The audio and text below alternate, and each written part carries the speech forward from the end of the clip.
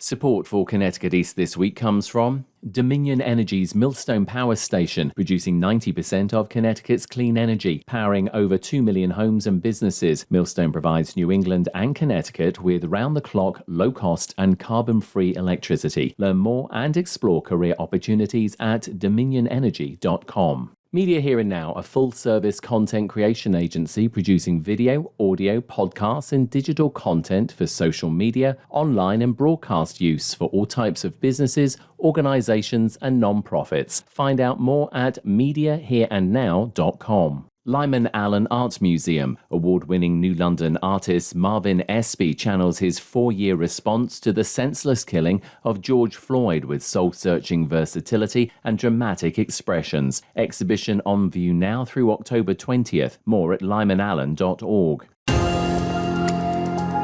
She's an award-winning journalist and comes from a family of writers. We talked to Elissa Bass about her debut romance novel Happy Hour and why she decided to get into the novel writing business. Plus, we take a look at other stories making the headlines from around the region. This is Connecticut East This Week.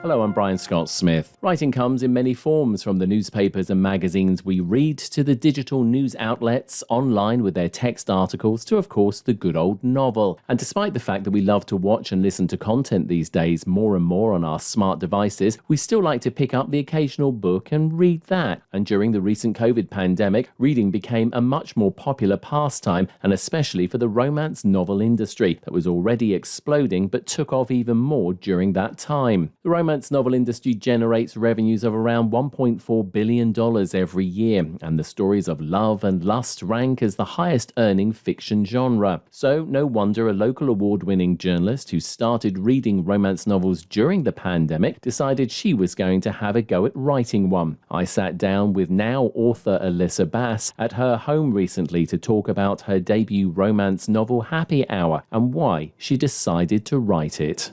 Elissa, congratulations, first of all, on your first novel. You are an award-winning writer anyway and journalist, but this is your first foray into novel writing and romance novels. So how's it gone so far? Because it was, April of this year that it came out, so it's not long. It's been amazing. It's really been incredible. I published the novel in April.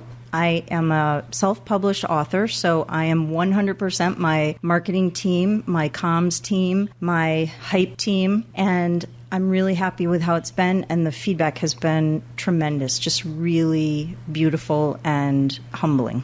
Let's just talk a little bit about your background, because as we said, you are an award-winning journalist. You come from a journalist writing family. Your late father, your mum, who's just, I believe, also just brought out a book as well, so we can talk a little bit about that, but we don't want to steal too much of the limelight away from you, but obviously always good to give mum a mention as well, sort of thing. I suppose really the writing bug just came from the fact it was in the family then. I think so. I feel like it's sort of a genetic thing in my family. Both my parents, journalists, both novelists. My brother, a journalist. My sister, a college professor and published author. My husband is a journalist, and our daughter is a journalist now. So clearly it goes down the line. And then what made you want to try and write a romance novel? Just tell us the background behind that, because it's no small feat to decide, I'm going to sit down, write thousands and thousands of words. Oh, and then I'm going to have to self-publish it, because despite it's a great read, that industry is a tough one to break into. So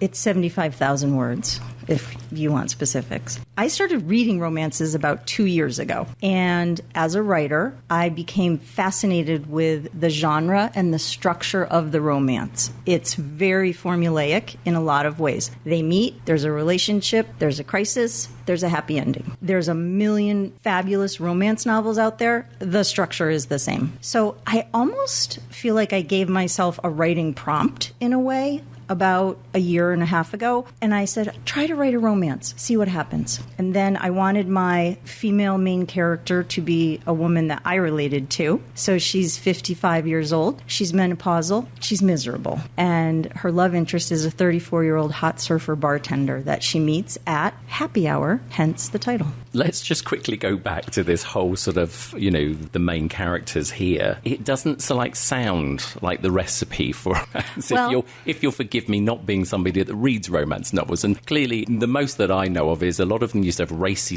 covers. Yours does not have a racy cover. We'll be talking about the reason behind that as well. But also, weren't a lot of them more like, older men falling in love with younger women? So if you turned it on its head a bit? Absolutely. I turned it inside out. I market it as a reverse age gap. There are very few of them, and I wanted to be a little different, right? I didn't want like a 35-year-old man and a 25-year-old ingenue. That's not interesting to me. I read those books. I read them like I eat a bag of potato chips. But to write it, I wanted it to be challenging and interesting to me, and I wanted their age gap to be big enough that it would be dramatic when they have their crisis. I wanted it to be a very dramatic, age-driven crisis. Well, yeah, because when does a 55-year-old woman go out with a 34-year-old hot surfer bartender? Well, I'm sure it happens quite a bit, but, that makes her old enough to be his mum. A little bit, yeah. Yeah, it does. Which is, I'm sure it makes for some interesting reading. They say that everyone has a book in them, at least one book. You're actually going to be bringing out another one, and we'll be talking about that a little bit later. But how much of these characters are either, parts of you, or people that or people you observe? Because journalists are very good at observing people and then tucking that away and using it later. So it is a work of fiction, 100%. The characters are created by me. That said, everything in the book that goes into KK's, the female main character's, personal menopausal experience was my personal menopausal experience. I had a really hard time going through menopause. It lasted about 10 years. It was brutal. Physically, mentally, emotionally, it was bad. And I feel like writing this book was a little bit therapeutic for me in that I was able to get out a lot of stuff that I had in my head and in my heart when I went through menopause. So that part is very personal, but I don't have a hot surfer bartender in my life. And before we started recording this as well, we're having a little chat, which I often do with my interviewees, and you were saying that you do a lot of cheese and wine parties as part of this publicity push for the book, which is absolutely great. Your husband, Joe, asks you to make it very clear to people one thing, which is? That I did not sleep with the bartender. Who is obviously in the book, sort of. Yes.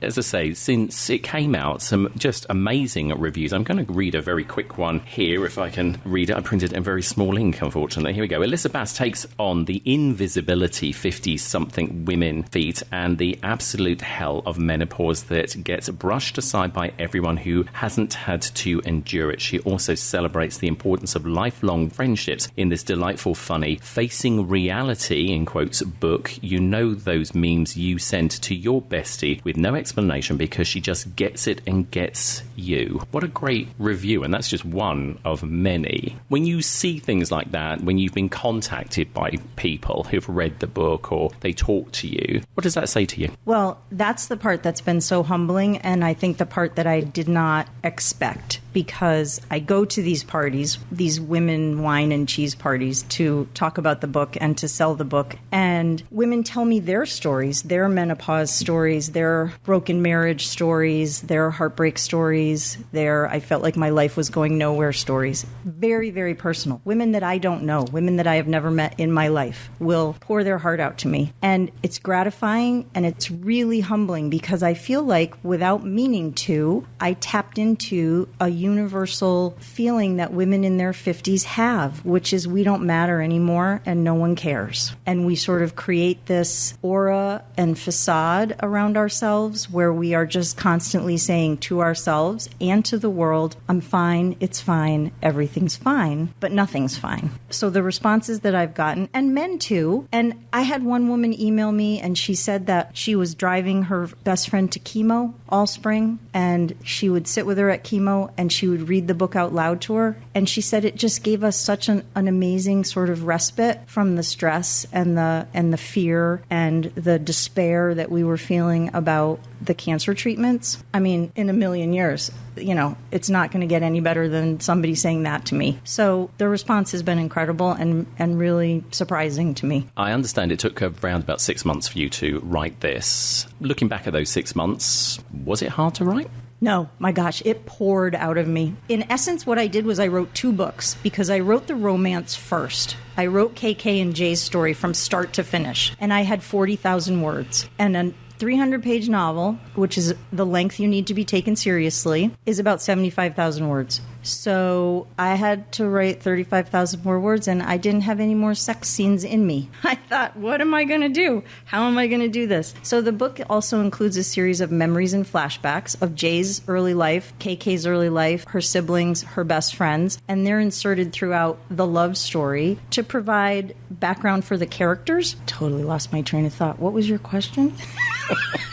Was it hard to write? Was it hard to write? No, it wasn't hard to write. See how I have no stream of thought? You know I'm going to leave that in now, don't you? That's totally fine. I am transparent. I am nothing if not transparent. I wrote a ton of this book on my phone. Wow. Because, as you just witnessed in person, my thoughts are not linear. So I would be out and about, and something would pop into a scene would pop into my head, and I would go on my phone and write it. And I would be working during the day. I write for a living, so I'd be working during the day, and something would pop into my head, and I'd be like, oh, I'm switching over. Right? So people ask, oh, did you have a structure? Did you have a schedule? No, I am utter chaos, and that's how I wrote the book. When you said, obviously, you had to fill in, with these flashbacks and things, I mean, is that, having read, obviously, romance novels, as you said, you read a lot of them, is that sort of like a mechanism that you saw happen? So this, again, was like something sort of really new for... Very unusual. There are some, and there's some really well-known ones that use that technique, but almost none. I really feel like, yes, in a lot of ways, this is a classic romance novel, but I also feel like, to me, it's a love letter to lifelong friends and to lifelong relationships, because KK's 2 best friends and her brother and sister are so key to her recovery, to her emotional healing. They are as important as Jay is to her emotional healing, and so I feel like it's a romance, but it's a little more. We don't want to give, obviously, too much of it away, because clearly we want people to buy the book and read it, but the essence of it is what? To me, the essence of it is to never give up. No matter where you think you are, you can always get out of that place and put yourself someplace better. So KK finds a phone, and that starts the journey for her. Again, we're not going to say too much because people need to read the book. And then Jay, as we say later on, who becomes her love interest. Absolutely. He has also got a bit of a background as well, because he doesn't have the greatest of sort of like backgrounds with his family, does he? So that was the other reason why I wanted to do the memories, because I really wanted to flesh Jay out to be more than just a book boyfriend. On his facade, he's perfect, but he is just as broken as KK is, and you learn that as you read his memories and his flashbacks, and you get the context of his whole life, and she healed him as much as he healed her. I think now would be a good time, as we've prompted you before we started the interview and said, hey, let's read an extract from the book. So you've got a couple of pages open there. You're going to be very good for us, and we'll just let the listeners know that there's some expletives are being left out, just so that we don't have to bleep it for any other reason. But we're going to hear a quick little bit of Happy Hour read by Elissa Bass. So this is as close as I'm ever going to get to an audiobook. Just the context for this scene is they are a couple at this point, but she continues to be racked with, she's convinced that because of who she is and how she feels, there's no way that he's really, truly in love with her. She continues to be filled with self-doubt, even though they are deeply in a relationship at this point. They're working the bar. It's Valentine's Day. It's mobbed. It's February on Cape Cod, so it's just him and her working this packed bar. We fall into a rhythm behind the bar, me assisting when I can, collecting dirty dishes when needed, and washing. As the night goes on, I become increasingly aware of how many women are blatantly hitting on Jay, stuffing $20 bills in the tip jar with prolonged eye contact, touching his hand, his wrist, his forearm as he delivers drinks, licking their lips, blowing him kisses, winking. Jesus Christ, is it like this all the time, or just on fake holidays? I start to feel old and invisible. As he sees me, seeing all this unfold before his eyes, he subtly and then not so subtly begins touching me as he squeezes by to serve customers up and down the bar. A hand on my waist, a touch on my shoulder. He is giving me near constant reassurance that he knows what's happening and he doesn't care. He's not interested in them. He sees me. Then, a particularly gorgeous young thing with especially giant hair and a concerning amount of lip liner scrawls her number on a bar napkin and pushes it toward him. I stand there, practically in front of her, watching as he looks at her, grabs the napkin and crumples it in his fist, then takes my chin in his other hand and kisses me, with tongue. I peek over at her and her open-mouthed friends. Jay releases me and moves up the bar to take some orders without looking back at her. The girls stare at me. I give them a big smile and 2 thumbs up. I know, I say to them. Sometimes I can't believe it either. Wow, that's some hot stuff. What have your friends and family sort of like said about this? Because clearly they read the book, and also your children as well. What do your kids think about this? Because I mean, obviously they know you're a writer and you've written all types of things, but this is a big departure from probably anything you've written before. Oh, huge! And it was a secret. Nobody knew I was doing it until it was done. I had 2 friends who were reading it as I went along, and nobody else knew anything about it until I printed it out and handed it to people and said, "I wrote a romance novel, and I need you to read it." So what your husband? You didn't even tell your husband? Nope. What was the rationale behind that? You just wanted to get on and do it, or what? Because, I mean, your husband's a journalist, he's a writer. Why didn't you want him to see it? So, because I'm surrounded by editors in my personal life, I didn't want anybody editing me until I really felt like I was ready to be edited. And it was very personal at that point. I wasn't thinking of it in terms of a published novel. I was thinking of it in terms of my story that I was telling. So, it was very personal. So, everybody got it all at once, and a lot of people say to me, "Oh my goodness, what did your husband and your kids say?" And I mean, we have 2 children, so my kids know that I've had sex at least twice. And they didn't say anything to me about the sex scenes in the book. And there's some pretty hot stuff in there, if I do say so myself. My husband also didn't say anything specific about the sex scenes, but he did tell me that he felt like I had waited my whole life to write this book. Wow. Yeah. And what was your reaction to that? Oh, I cried like a baby. So, obviously some interesting reactions from the family. As you've pointed out, as all romance novels do have to have, is some sexy scenes in there, some racy stuff. Yeah. Suddenly, one day, you get a text message, I believe. Yes. And it said, "Oh my God, page 96. Now, again, we're not going to give it away because people need to read the book. What was your reaction when you got that? So it was about a week after the book came out, and one of my friends who was one of the first ones to buy it, and it's about 10 o'clock at night, and I'm in bed, I'm watching television. I don't have my copy of the book with me, and she texts me, "OMG, page 96, with the little, like, shocky face emoji. So I text her back and say, "I don't know what's on page 96. And she texts me back, "The parking lot scene." And I was like, yes. That's exactly the response that I was hoping for. It made me so happy. As we said, you read a lot of romance novels and decided, hey, I can do this. Could you have just easily gone down the really cheesy route? Because, I mean, I think, years ago, they used to be quite cheesy, didn't they? If you look back to the 80s. Bodice rippers. The bodice rippers. I mean, sure. And the point of mentioning this is to getting back to the cover. I mean, the cover of Happy Hour has got a glass and a bottle of wine going into it. It's not your typical romance novel sort of cover, right, really. But but things have changed, haven't they? Because, like I said, years ago, the covers of these things were, a half-stripped naked man and a woman like laying over him, and but things have changed, haven't they? I mean, have romance novels grown up? Well, I would say yes and no. I mean, so now many, many romance novels come out with 2 covers. One that's called explicit and one that's called discreet. And the discreet cover is one that you could read on the subway or in the airport, and nobody would know, unless they knew the title, nobody would know what genre you were reading. The explicit covers are bare chests, scantily clad women, open mouths. If it was a video, their chests would be heaving. So I think that romance has gotten savvy, is what I think has happened. Not grown up. There's a ton of cheesy romances out there still. Oh my gosh, they're a dime a dozen. If you just type into Amazon billionaire romances, there will be 100,000 titles that will make you laugh out loud. But there's also, I think, really serious literature within the genre now, and I think the culture has recognized that and accepted it. So, as we said, the cover of yours is a bottle of wine and a glass being filled from that bottle, and it says Happy Hour. So that's the whole connection, is it? That's how they meet. They meet at Happy Hour. And that's literally, she drinks Pinot Grigio, and the minute I saw that photo when we were deciding on the cover, I thought, that's Jay. That's Jay pouring her glass of wine. So there's no explicit cover for this one, then? No, there's not.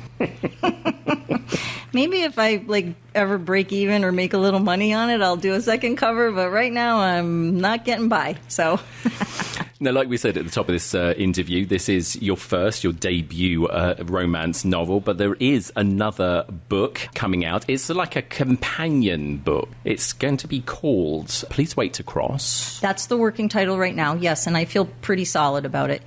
Just give us a little hint of what that's about, because it's not a sequel, is it? It's not a sequel. It's the second in what I think is going to be a 3-part series, if I live long enough and don't go completely broke. It's about the sister. It's about KK's sister, whose name is Biddy, and she comes back to town. She moves back to town, and it's about her life and a relationship that she develops with the town's police chief, who has a very small role in Happy Hour. And all the same characters that are in Happy Hour are in this one, doing various and different things. Well, Elissa, it's been an absolute pleasure talking to you. Thank you for telling us a little bit, teasing us, as it were, as all good authors do, teasing us about Happy Hour. Of course, it's available on Amazon, and you can get it in bookstores and places. Give us a quick plug for that. So it's available on all the online platforms, Amazon, Barnes & Noble, etc. It's available locally at Bank Square Books in Mystic and the Golden Owl in New London. Definitely. I know it's there. And you can ask your local bookstore to order it for you, which is a lovely thing to do. I would love to be able to support the local bookstores as much as I possibly can. It's also in a lot of our local libraries, and I encourage people to take it out from the library. Go to your library. They're amazing. Well, Elissa Bass, journalist, writer, author, congratulations on the success of Happy Hour. We look forward, obviously, to the next book, whatever the ultimate title is for that. Thank you for being on Connecticut East this week. Thank you for having me. And if you want to meet Elissa yourself at one of her upcoming events, there's one on Thursday, September 26th at the Golden Owl in downtown New London, and visit her website at elissabass.com for more information about her and future event dates and locations.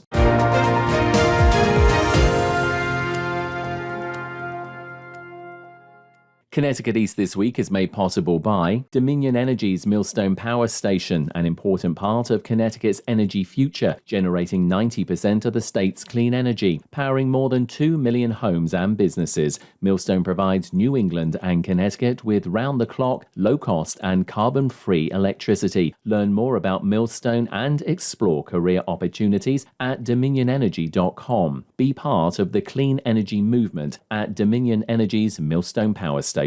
Media Here and Now is a full-service content creation agency based in Eastern Connecticut and producing video, audio, podcasts and digital content for social media, online and broadcast use for all types of businesses, organizations and nonprofits. If you need a new company video or radio advert or want to start your own podcast, then get in contact and see how we can help you at mediahereandnow.com. And the Lyman Allen Arts Museum, located just off I-95 exit 83, has enjoyed celebrating the arts with visitors for almost a century. Throughout the year, the museum presents a wide range of changing exhibitions, in addition to their permanent galleries that celebrate Connecticut art and history and the Tiffany family's ties to the area. Outside, there's sculpture trailers surrounded by 12 rolling acres of gardens and lawns. More at lymanallen.org. Time now for a look at other stories making the headlines this week. U.S. Senator Richard Blumenthal, along with other local and state legislators, cut the ribbon on a newly expanded food pantry for veterans in Norwich recently. The pantry is based at the Easter Seals Veterans Rally Point, a facility that provides resources and services for current serving and veterans in all branches of the military. Blumenthal, who is a member of the Senate Veterans Affairs Committee, said partnerships with private organizations is vital as federal funding for veteran services cannot cover everything they need. It will draw additional resources. It will enlist the community in a vibrant and exciting way. Private philanthropy and community engagement filling the gaps that exist right now. The Veterans Administration can't do it alone. We need this kind of cooperative and collaborative relationship. Navy veteran Willow Clausen spoke at the ribbon-cutting ceremony and told her personal story about losing her job recently and needing more than just financial support for her and her family. I've been here once a week, helping supplement my family with the groceries and the food that we need. And it's very hard for me to stand up here and not get emotional about it, because it is hard. She's right. It's hard as a veteran to stand up and say, hey, look, I need help. Can you give me that helping hand? The food pantry will support around 70 to 80 veterans and their families each month with food and personal items. According to the Military Family Advisory Network, 1 in 5 U.S. military veterans and their families are currently experiencing food insecurity. Mystic Seaport Museum is stoked after receiving almost $400,000 in federal money for a new surfing exhibition. The public exhibition is set to debut in July 2025, and the museum say it will be the largest surf-related exhibition ever developed in the country. U.S. Senator Richard Blumenthal announced the award and said the new exhibition will be more than just a look at the popular sport. A deep cultural history that has a meaning for the whole world, because the whole world has engaged in it over a very long period of time. And for all of us, surfing also has a meaning environmentally, because surfing is about preserving coastal access, about ocean health, about respect for the environment.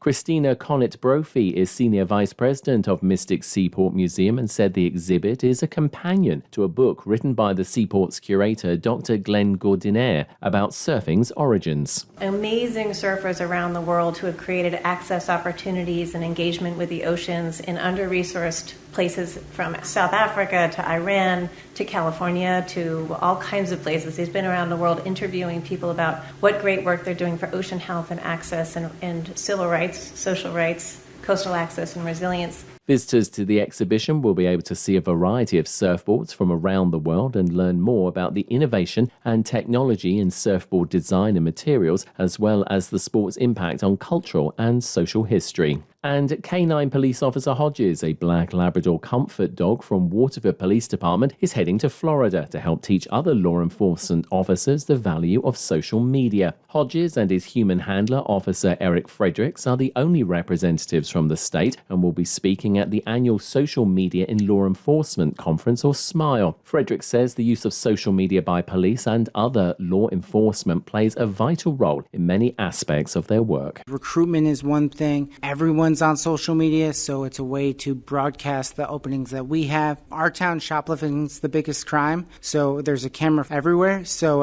we post a picture on Facebook, and everyone's mothers, uncles, aunts dimes them out. So it helps us solve crimes. But it's a way to engage with the community, humanize the officer behind the badge, and just give another way that we can do community outreach. Fredericks also says the combination of Hodges and his social media presence has been a powerful tool. Kids love it, adults, seniors, they all follow him on Instagram and even Facebook. But it's just a way to expand his reach. You know, we've gone to a homicide murder case where we had to interact with the family, and the niece of the victim knew Hodges from Instagram. So it was a way to open that door and open that conversation for the family to find some comfort. So it's definitely another way for Hodges to connect with the public. Canine Officer Hodges has over 3,000 followers on the social media platform Instagram and will be showing off some of his content and social media strategies at the conference that has helped him to grow his following.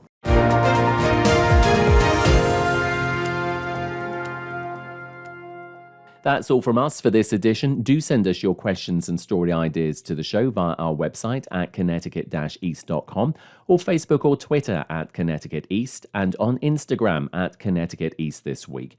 And you can listen to the show again on our social platforms, on demand, and by asking your smart speaker to play Connecticut East This Week podcast. And please like, follow, and share on your social media too. I'm Brian Scott Smith. Thank you for listening.